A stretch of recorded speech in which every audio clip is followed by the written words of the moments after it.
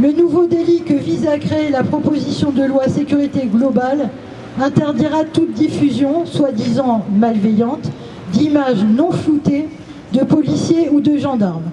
Je suis ici pour faire entendre notre très forte opposition à plusieurs points de la proposition de loi sécurité globale, et en particulier à l'article 24, qui entrave singulièrement notre liberté d'informer.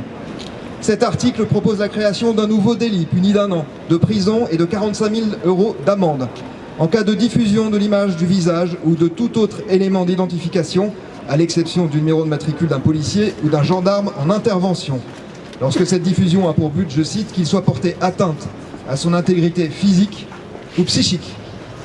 Cette définition peut être soumise à n'importe quelle interprétation et donc entraîner des poursuites à l'encontre de journalistes qui auraient filmé ou photographié des gendarmes ou policiers, par exemple durant une manifestation. De journalistes certes, mais pas seulement. Des associations ou même de simples citoyens pourraient se retrouver eux aussi devant la justice pour ces mêmes faits. De notre point de vue, cet article est inacceptable. S'il avait été en vigueur à l'époque, les journalistes ayant révélé l'affaire Benalla, les violences à l'encontre des Gilets jaunes ou des colleuses d'affiches, pour ne prendre que des exemples récents, auraient pu être poursuivis.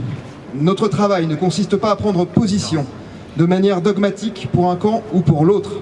Il consiste à retranscrire des faits tels qu'ils se sont passés.